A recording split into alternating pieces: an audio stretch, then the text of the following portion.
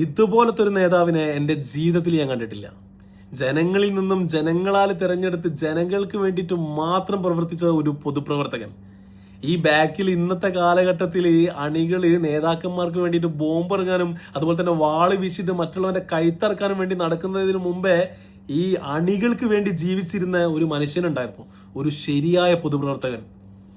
ഈ പാവപ്പെട്ട മെഡിക്കൽ കോളേജിന്റെ മുമ്പിൽ നിന്നിട്ട് മരുന്ന് വാങ്ങാനും അതുപോലെ തന്നെ ഭക്ഷണം കഴിക്കാനൊന്നും പൈസ ഇല്ലാത്ത രോഗികളില്ലേ, ആ രോഗികൾക്ക് വേണ്ടിയിട്ട് മെഡിക്കൽ കോളേജിന്റെ നേരെ വരാന്തയുടെ മുമ്പിൽ നിന്നിട്ട് തന്റെ തലയിലെ തൊപ്പി ഊരി കൊണ്ട് പിരിവെടുക്കാണ്, മറ്റുള്ളവന്റെ സങ്കടങ്ങളും വിഷമങ്ങളും കണ്ടിട്ട് അവരെ വിഷമങ്ങൾ മാറ്റാൻ വേണ്ടിയിട്ട്.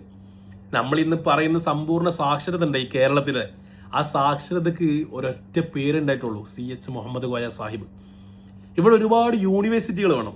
ഞാൻ മരണപ്പെട്ട് കഴിഞ്ഞാലും ഓരോ വിദ്യാർത്ഥികളും അവിടെ വന്നിട്ട് ആ മധുരം നുണയണം, ആ വിദ്യാഭ്യാസം നേടണമെന്ന് നീയത്ത് ചെയ്ത ഒരേ ഒരു നേതാവ് CH മുഹമ്മദ് കോയ സാഹിബ്.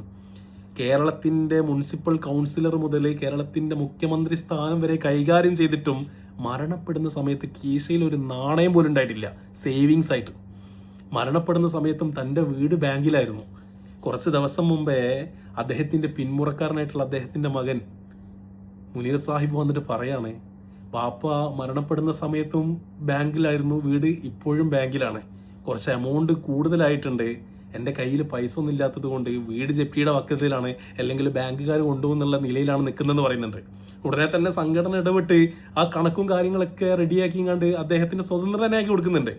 പക്ഷെ അതൊന്നല്ല, ആ CH മുഹമ്മദ് കോയ സാഹിബിന്റെ മകനായിട്ടുള്ള മുനീർ സാഹിബ് ചോദിച്ചെങ്കിൽ കോടിക്കണക്കിന് ഉറുപ്പിക കൊടുക്കാൻ ആൾക്കാരുണ്ട്. അഭിമാനം പണം വെച്ച് അതൊന്നും ചോദിച്ചില്ല. അല്ലെങ്കിൽ അദ്ദേഹം ഒരു നേതാവാണ്, അദ്ദേഹം ഒന്ന് കണ്ണ് ചിമ്മി കഴിഞ്ഞാൽ അഴിമതി നടത്താൻ ഒരുപാട് വകുപ്പുകളുണ്ട്. അതൊന്നും ചെയ്യാതെ ജനങ്ങൾക്ക് വേണ്ടി മാത്രം ജീവിച്ചു മരിച്ച ഒരു വാപ്പയും ജനങ്ങൾക്ക് വേണ്ടി മാത്രം ജീവിക്കുന്ന ഒരേ ഒരു മകനും